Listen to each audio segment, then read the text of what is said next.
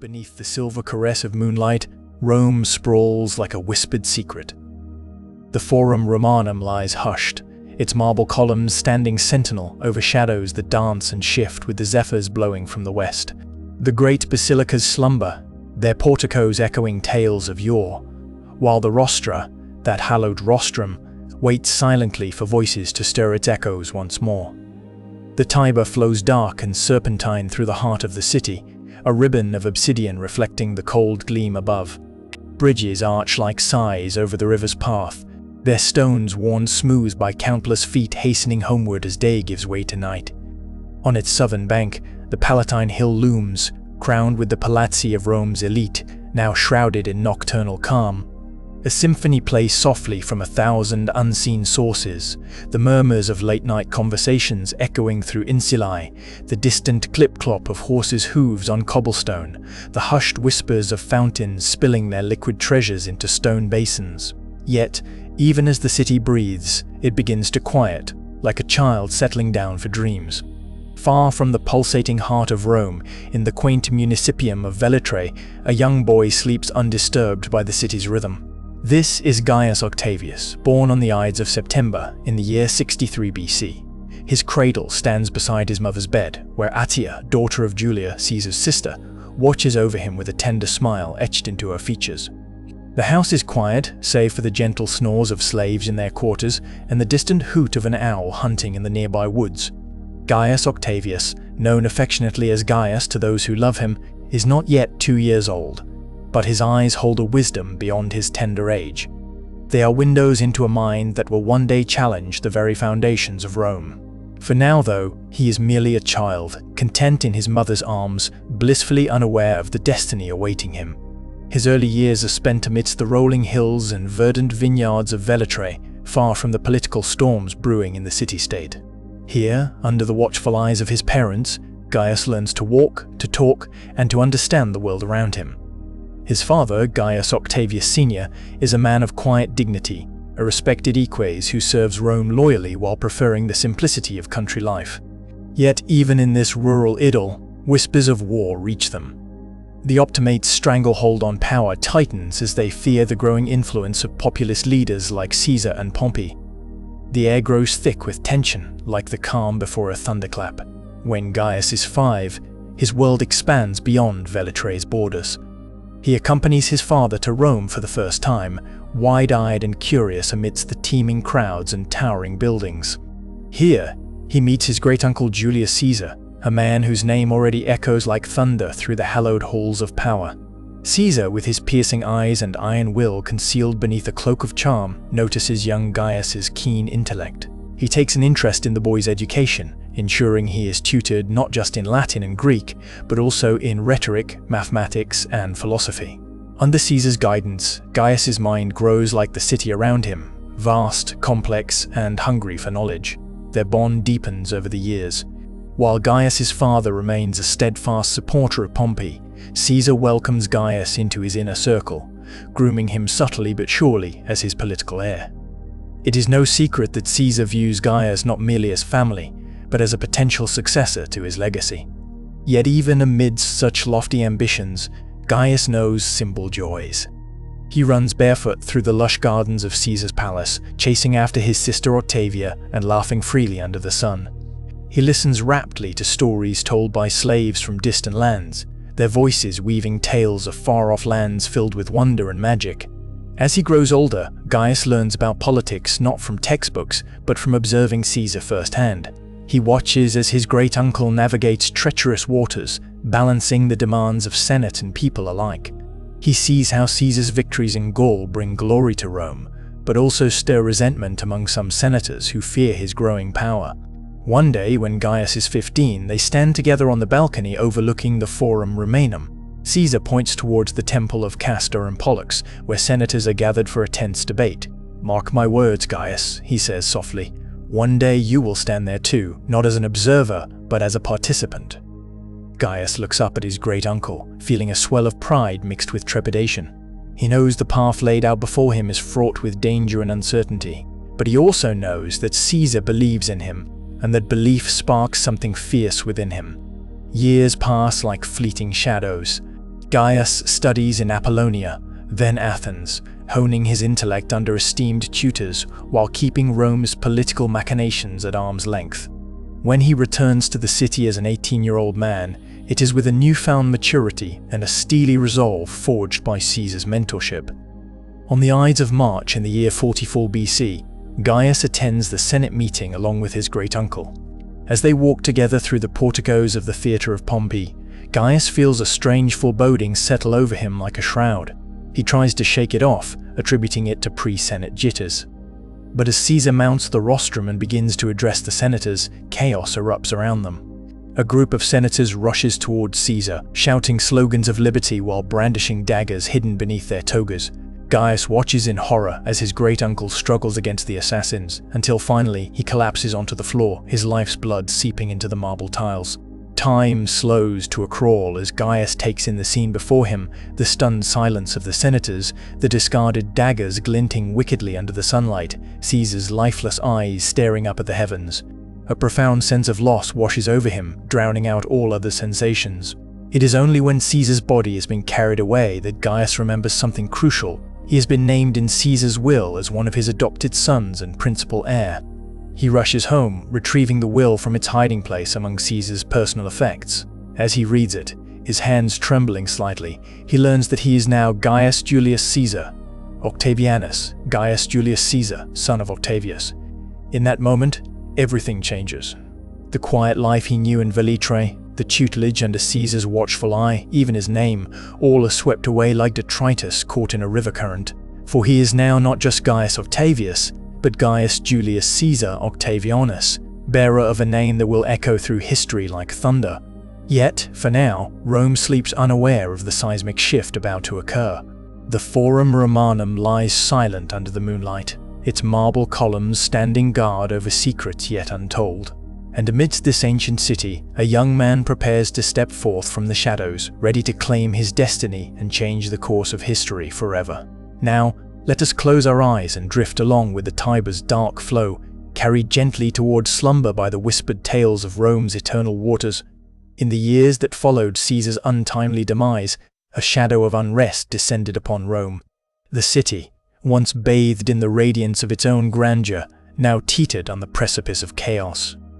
Young Octavian, the adopted son of Julius Caesar, found himself drawn into a labyrinthine web of politics and power.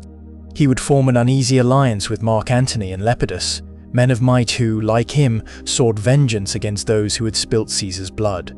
Mark Antony, the once loyal friend to Caesar, was now a man transformed by grief and ambition. His eyes held the fire of retribution as he stood beside Octavian and Lepidus in the Forum Romanum. The marble columns of the Basilica Julia whispered tales of power and deceit, their cold stone echoing the chill that settled upon the hearts of Rome's new rulers. Incense burned in the air, mingling with the scent of laurel wreaths, a symbol of victory yet to be won. The Second Triumvirate was born amidst whispered promises and secret alliances.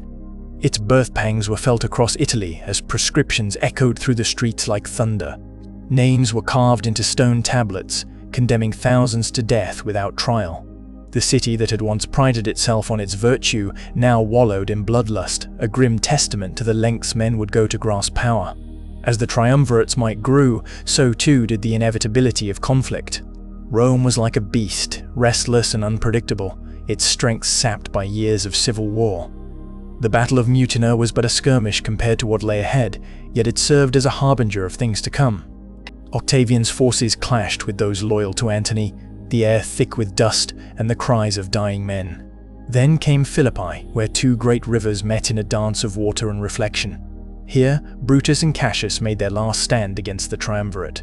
The battlefield was a symphony of carnage, the clash of steel on steel, the thunderous roar of war elephants, the cries of men transformed into beasts by fear and desperation. Beneath the watchful gaze of Mount Haemus, Brutus fell upon his own sword, fulfilling an ancient prophecy that he would die by his friend's hand. Cassius, believing himself defeated, took his own life with a poisoned dagger.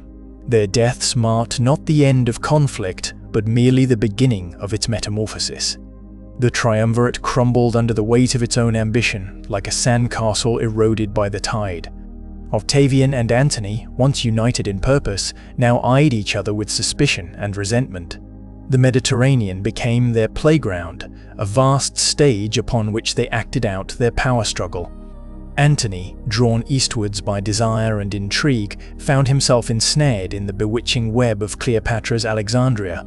Underneath the warm gaze of the lighthouse Pharos, he feasted with the Egyptian queen, wine cups clinking amidst whispers of love and treason. The Nile flowed sluggishly beneath them, its waters reflecting the city's lights like a constellation fallen to earth. Meanwhile, back in Rome, Octavian positioned himself as the guardian of Roman virtue against the Eastern temptress who sought to ensnare Antony. He painted Cleopatra not as a lover, but as a viper, her venomous influence corrupting his one-time ally. The people listened, their ears pricked by tales of treachery and betrayal. As Rome watched with growing unease, Antony and Cleopatra became entwined in each other's fates. They would meet again on the battlefield at Actium, where Octavian's forces routed theirs, leaving them to flee back to Egypt like dogs with their tails between their legs. But that is a tale for another time. For now, let us linger here in Alexandria, amidst the warmth of Mediterranean evenings and the whispered secrets of ancient cities. Let the lapping of the Nile lull you into tranquility, its waters soothing your senses as surely as they once carried Cleopatra's barge along their languid course. Close your eyes and imagine the scent of jasmine perfuming the night air, mingling with the distant sound of music and laughter from Antony's feast. Let the echoes of history wash over you, gentle yet insistent, guiding you towards sleep. For tonight, dear listener, we are not merely in Rome, we are in Alexandria, cradled in the arms of history itself. As you drift deeper into slumber, picture the sun dipping below the horizon, casting the city in a warm golden glow. The light fades slowly, like the embers of a dying fire, until all that remains is the soft glow of stars overhead and the gentle rhythm of your own breath. Let this be your companion as you journey through the night, a beacon guiding you safely to dawn. Now, let go, let go, let go, let go. In the waning days of summer, when the sun dips low beneath the azure Mediterranean horizon, we find ourselves on the shores of Actium, a place where history's tide was about to turn. The air is thick with anticipation and the scent of salt water, mingling with the faint aroma of laurel leaves crushed underfoot. The sea stretches out before us like an endless sheet of polished silver, its surface disturbed only by the gentle lap of waves against the shoreline. The year is 31 BC. And the final civil war between Octavian and Mark Antony has reached its climax. We stand among the remnants of the once grand city, now a shadow of its former glory, awaiting the spectacle that will unfold on this very sea. The sun begins to set, casting elongated shadows that dance with the flickering torches held by those around us, soldiers, sailors, and spectators alike, all drawn here by fate's cruel theatre. As twilight deepens into night, the waters of Actium begin to churn. Two immense fleets, each a forest of oars and sails, emerge from the darkness like leviathans awakened. They are an echo of Rome's might, one commanded by Octavian's brilliant admiral Marcus Vipsanius Agrippa, the other led by Antony himself, with the enigmatic Cleopatra at his side. The air grows heavy with tension, punctuated only by the distant creaking of wood and clanking of metal. The battle begins slowly, like a symphony building towards its crescendo. Ships glide past one another, their ram prows kissing the water's edge as they await the opportune moment to strike. Torches flare briefly before being extinguished, their light swallowed by the encroaching night. The noise reaches us in waves, crashes of splintering timber, cries of men and beasts mingling with the rhythmic splashing of oars. Agrippa's strategy becomes apparent as his fleet forms a crescent moon around Antony's forces, enclosing them like a net cast wide. It is a brilliant maneuver, a testament to Octavian's foresight in entrusting such responsibility to one so young. Antony, however, seems paralyzed, unable or unwilling to break free from Cleopatra's influence. As the battle rages on, we witness a spectacle unlike any other, ships ablaze like floating pyres, their flames casting eerie shadows upon the water, men leaping from sinking vessels into the cold embrace of the sea, gods and monsters carved into prows snarling at one another before clashing in explosive violence. Yet, here on shore, all is relative calm, a stark contrast to the chaos unfolding mere miles away. The tide turns, quite literally, as Agrippa's forces begin to overwhelm Antony's. One by one, ships break free from the crescent moon, fleeing towards Egypt like scattered marbles. Among them is Cleopatra's own vessel, its sails dyed purple to match her royal blood. As it disappears into the night, Antony's resistance crumbles, his once mighty fleet reduced to wreckage and flotsam. In the aftermath, Actium lies still but for the gentle lapping of waves against debris-littered shores. The air carries a smoky haze, acrid with burning pitch and charred wood. It is a scene of desolation, yet also one of resolution. Rome will never again be torn asunder by civil war. Our journey does not end here, however. We follow Antony and Cleopatra eastwards, to Egypt's golden shores where the Nile flows like liquid gold beneath the sun. Here in Alexandria, they hole up together, lovers entwined in defeat. But hope flickers briefly when news reaches them of Agrippa's slow pursuit. Perhaps there is yet a chance for victory. But fate has other plans. As Octavian's forces close in, Antony takes his own life, believing Cleopatra already dead at the hands of her attendants. When she learns of his demise, she too chooses to end her life rather than face capture by Octavian. The asp finds its way into her royal chamber, coiled around her arm like a serpentine bracelet, before striking its fatal blow. Thus ends the Ptolemaic dynasty, its last pharaohs meeting their end amidst political intrigue and romantic tragedy. Egypt, once an independent kingdom, becomes a Roman province, its lands absorbed into the empire's ever-growing belly. Meanwhile, in Rome itself, Octavian returns triumphant. He is 32 years old, his face still unlined by time or worry, yet already he has achieved what few men could even dream of. The city greets him with open arms and cheering crowds, their voices echoing off marble columns and temple walls. Garlands of flowers hang from doorways, their sweet scent mingling with the incense burned in honor of his victory. As Octavian makes his way through the streets, temple doors are thrown open wide, revealing statues of gods bathed in golden light. He passes beneath arches adorned with laurel leaves, a constant reminder of his victories at sea and on land. It is a scene of jubilation, yet there lies an undercurrent too, relief that finally, after decades of turmoil, Rome has found its emperor. And so, as the sun sets once more over the eternal city, we find ourselves lulled by the rhythmic chants of victorious hymns, enfolded in the warm embrace of history's grand tapestry. Let us now close our eyes and drift away on this gentle tide, allowing Rome's ancient whispers to carry us towards dreamless sleep. In the hushed quiet of an ancient library, by the flickering glow of beeswax candles, let us journey back to the dawn of an empire, to the time when Gaius Octavius, a young man with the world at his feet, became Augustus Caesar. As the sun dipped below the 7 hills of Rome, casting elongated shadows across the Forum, Octavian, as he was then known, stood before the assembled senators. The marble columns of the Curia Julia seemed to hold their breath in anticipation. The scent of laurel and incense hung heavy in the air, mingling with the faint aroma of parchment and ink from the scribes' tablets. The title Augustus's, meaning the revered one, was bestowed upon him not as a crown but as a cloak, carefully draped over his shoulders by the Senate. A clever man, Octavian understood the sentiment of the people. They yearned for the old republic, with its cherished freedoms and ancient traditions. So he maintained the forms, allowing Rome to keep her rituals, her laws, her illusion of independence. Yet all real power rested in his hands, as steady as the eagle's grip on its prey. He was consul every year, commander of the legions, high priest of the state religion. Yet he lived modestly in his house on the Palatine Hill, his lifestyle a testament to his humility and respect for the people's wishes.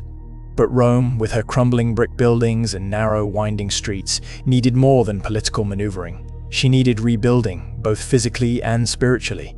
And so, Augustus began his great building program, transforming the city stone by stone, as the moon rose over its hills each night.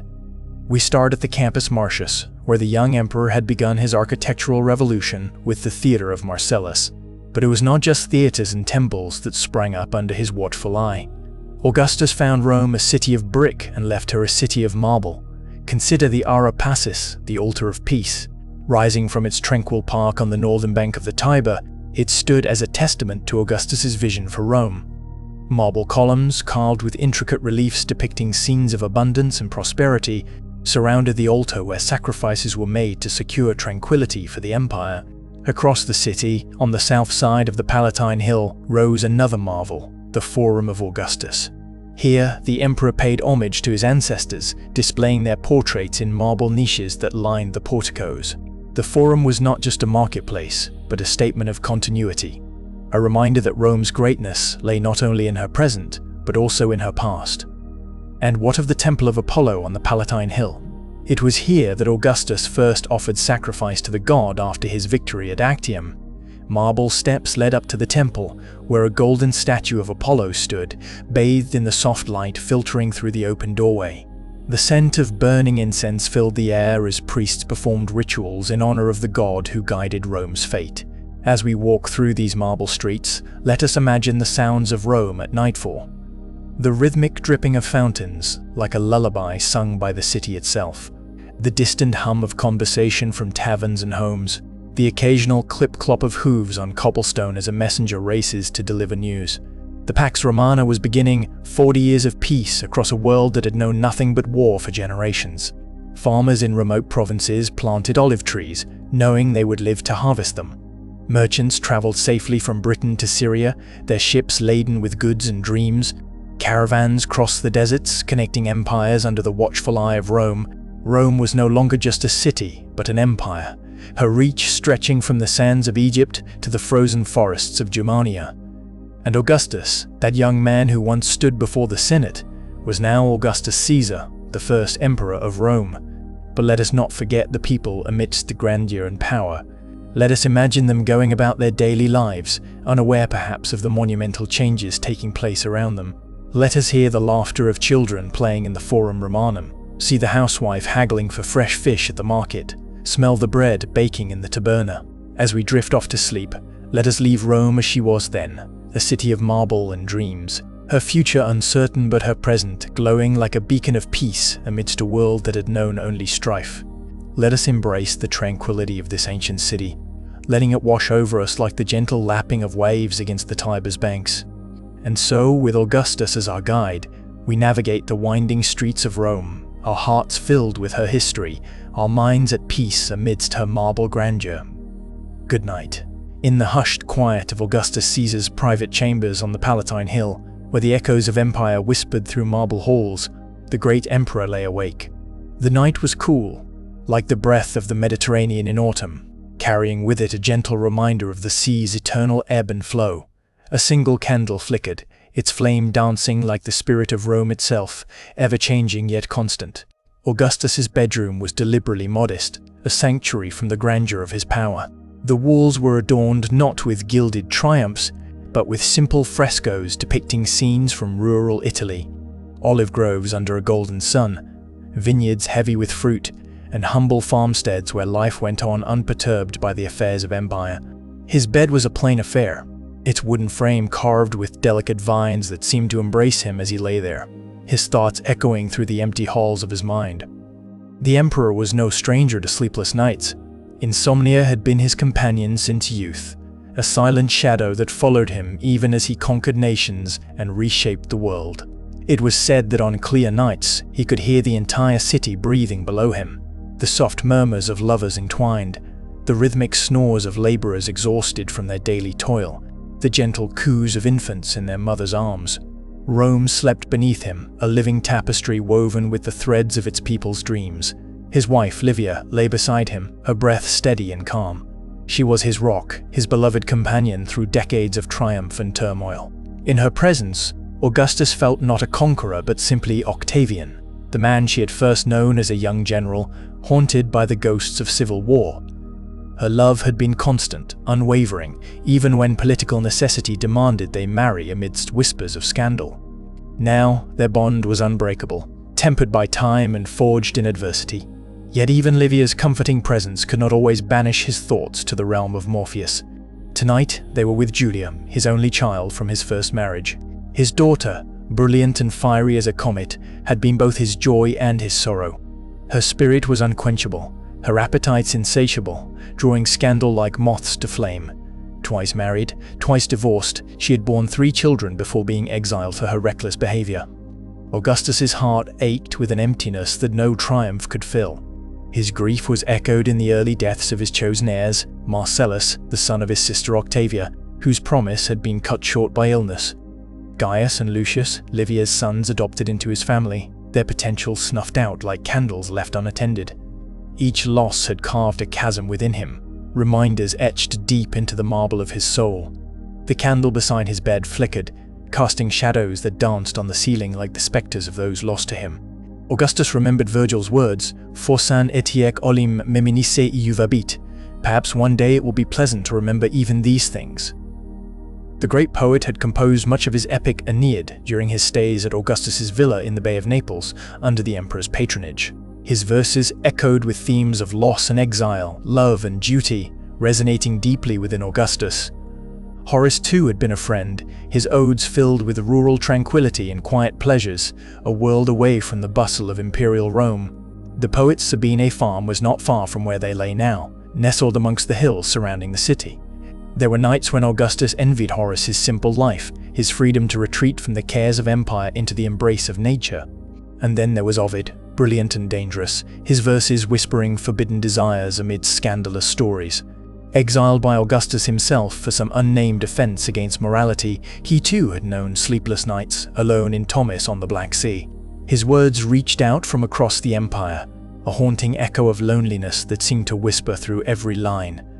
Outside, Rome breathed deeply beneath them, undisturbed by its emperor's insomnia.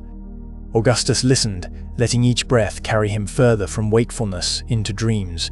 He thought of the poets, of Livia, of Julia, of those lost along the way. And slowly, as the candle burned low, he allowed himself to be pulled down into the welcoming arms of sleep.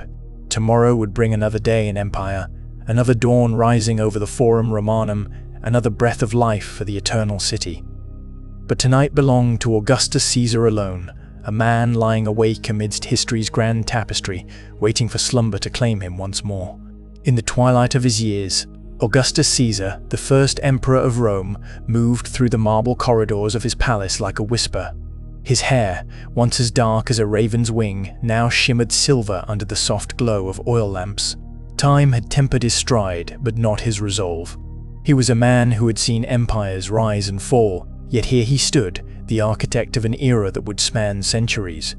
The empire's accounts unfurled beneath his fingers, each scroll a testament to Rome's vastness. His eyes, though weary from age, scanned the figures with the same diligence they once did on battlefields. He dictated letters to distant provinces, his voice steady and clear, commanding yet gentle, like the first light of dawn. August of 14 AD brought with it the warmth of a Mediterranean summer and Augustus's annual journey south along the Appian Way. His litter swayed gently, carried by shoulders that bore the weight of empire but not its burden on this day. The Bay of Naples glittered under the late summer sun, a sapphire jewel set in gold. The island of Capri welcomed him like an old friend, its scent of laurel and sea salt filling his nostrils as he disembarked. Here, Augustus sought respite from the demands of empire. He watched the seas ebb and flow, its rhythm calming yet powerful, much like Rome itself. Meals were simple, shared with a select few companions who knew him not as Caesar, but as Gaius Octavius. Evenings were spent beneath the stars, Greek plays unrolling from his lips like ancient incantations.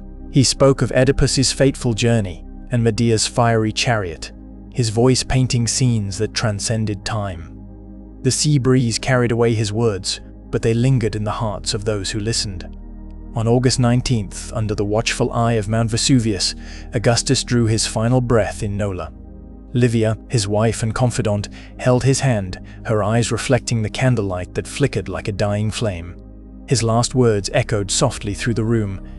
"Have I played my part well?" Then applaud as I exit. It was not a question but a statement, a summing up of a life lived fully. As Rome mourned its leader, it also celebrated him. Augustus Caesar had played his part exceedingly well. He left behind an empire at peace, a testament to his vision etched in marble and law. The Pax Romana stretched across lands once torn by war, a golden age dawned under the watchful eye of the she-wolf. Centuries later, when men look up at the night sky, they see constellations named after heroes and gods. But one name stands out among them all, Augustus, the month that bears his legacy. His name echoes through time like a whispered secret, carried on the winds that still blow through the Forum Romanum. Imagine Rome now, at night. The marble city slumbers under a blanket of stars, unchanged since Caesar's time. The Colosseum stands guard, its stone lions silent but watchful. In the distance, the Temple of Vesta burns eternal, its flame guarded by priestesses who dance in shadows cast by flickering torches. Close your eyes and let Rome breathe life into your dreams. Feel the weight of history on your eyelids as you drift deeper into sleep. The empire endures, etched not just in stone, but in the very fabric of time itself. And so does Augustus Caesar, his spirit woven into every star that twinkles above the eternal city. Now, let go. Let your thoughts wander like Roman legions across vast lands. Allow your breath to become the rhythm of waves lapping against Capri's shores. Drift further and further away on a litter carried by gentle hands of sleep.